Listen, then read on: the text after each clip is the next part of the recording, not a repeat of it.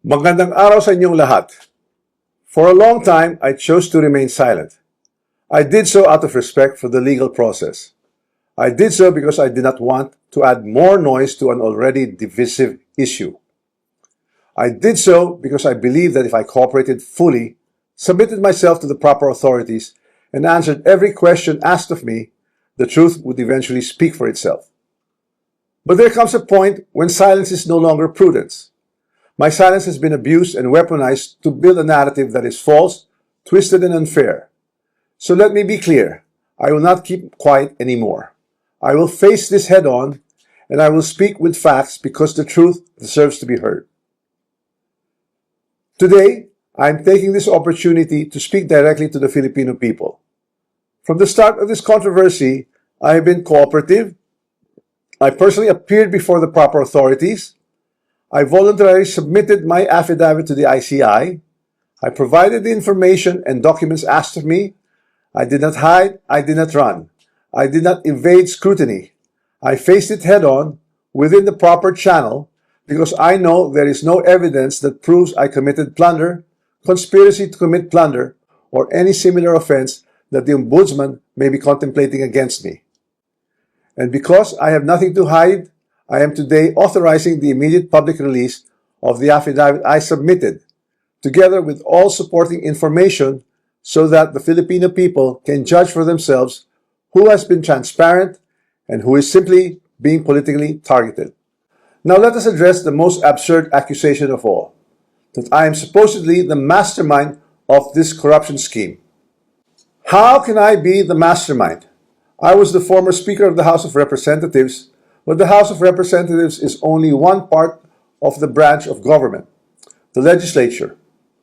The national budget is not conceived, executed, implemented, bidded out, supervised, and completed by one congressman or even by Congress alone, and certainly not by the Speaker of the House. I want to make this simple and clear. The national budget does not depend on just one person.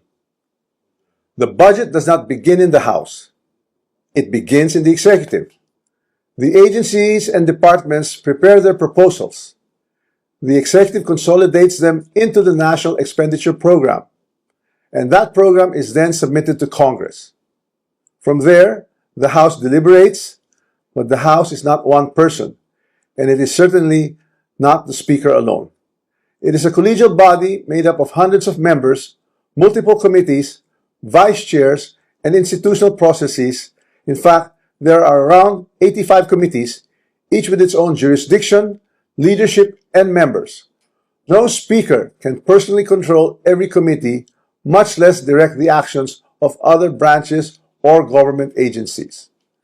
And in the Appropriations Committee itself, there are already more than 100 members, with many vice chairs, and Representative Toby Tiangco, who has been very vocal and upfront on this issue over the past months, was himself a vice chair of the Appropriations Committee in the previous Congress. So I have to ask, if there were real concerns about irregularities in the budget process, why were these not formally raised during the deliberations, or even during the plenary? The budget deliberation does not stop in the House. The Senate also conducts its own deliberations, reviews its own version, and plays its own role in shaping the final budget, and it is not a bystander. It is an active constitutional participant in this process. After that, the House and the Senate reconcile their versions in the bicameral conference committee. Only then is the final bill transmitted to the President for approval or veto. So let us be honest about what becomes law. The national budget is not the act of one person or one chamber. It is the product of a constitutional chain involving the executive, the House, and the Senate. This is something I want the public to understand. The budget process is collective, multi-layered, and shared. Accountability must apply to everyone involved, not selectively assigned after the fact, and certainly not when it becomes politically useful. If corruption were to occur in a magnitude made known to us over the past months, then it's clear that the real corruption does not happen at the level of the general legislative approval alone. It happens at the level of execution of the General Appropriations Act.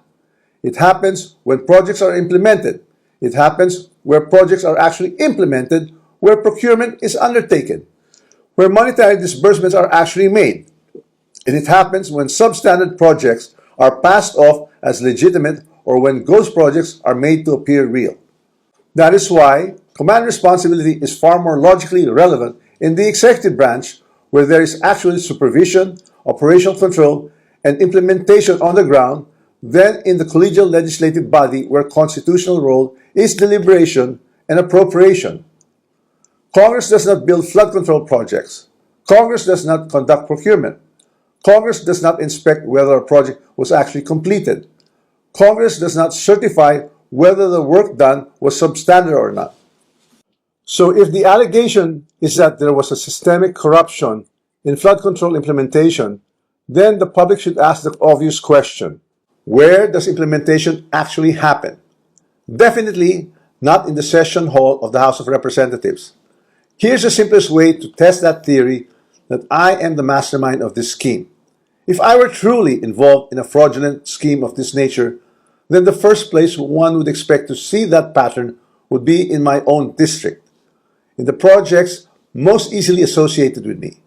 You would have seen it in Tacloban, but I say this with absolute certainty. You won't see it in my district.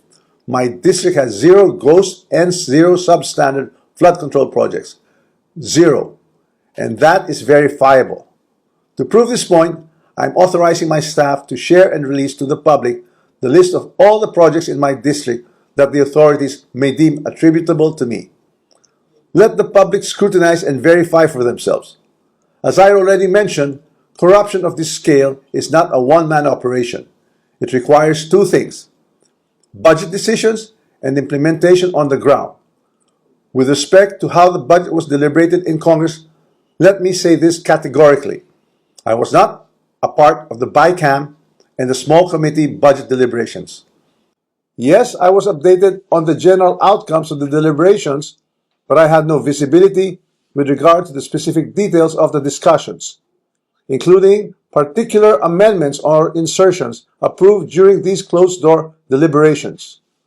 Records would show that I did not participate in those meetings and I was not privy to what exactly transpired during the deliberations. However, 2 people were instrumental in making those budget decisions: Chis Escudero and Zaldico. And once the budget becomes law, the work of implementing flood control projects, or any project for that matter, is solely within the purview of the executive, including the DPWH, certainly not by legislators. I understand the anger of the public. The Filipino people have every right to be angry because stolen public funds are taxes derived from hard-earned money. I'm not asking the public to look away. I'm asking everyone to look where the evidence points, not where it is politically convenient or politically motivated. So I ask the Ombudsman and the public these questions. Who has been named in sworn testimonies and affidavits? Whose name actually appeared in credible accounts made under oath? If there are sworn accounts pointing to other personalities across the chain, whether in budget deliberations or in implementation, then those leads must be pursued with the same seriousness and the same urgency. Accountability cannot be selective. For months, I chose silence because I believe in our legal system and in the rule of law. But my silence is now being exploited with politically engineered and fabricated narratives. What's even more disturbing, and this is something that cannot be ignored, is that there are emerging indications that certain sectors are attempting to weaponize individuals, including Zaldico, to construct a narrative that serves their own interests. So when the legal processes is being used against me as a political demolition job, then I will have no choice but to defend myself. And I will defend myself fully. I will not allow myself to be turned into the scapegoat so that others who are actually accountable can walk away clean.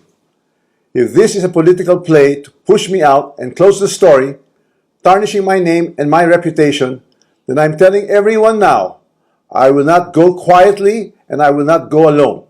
I will not be the fall guy for other people's corruption. I have been in public life long enough. I have seen enough. I have heard enough. I know many things about this current administration and past administrations as well. And I say this carefully. If this matter is to be handled as a legal issue, then let it be handled legally, soberly, and according to evidence. But if certain people insist on waging this in the court of public opinion, then I will have no choice but to defend myself publicly as well. To the Ombudsman, I say this with full respect.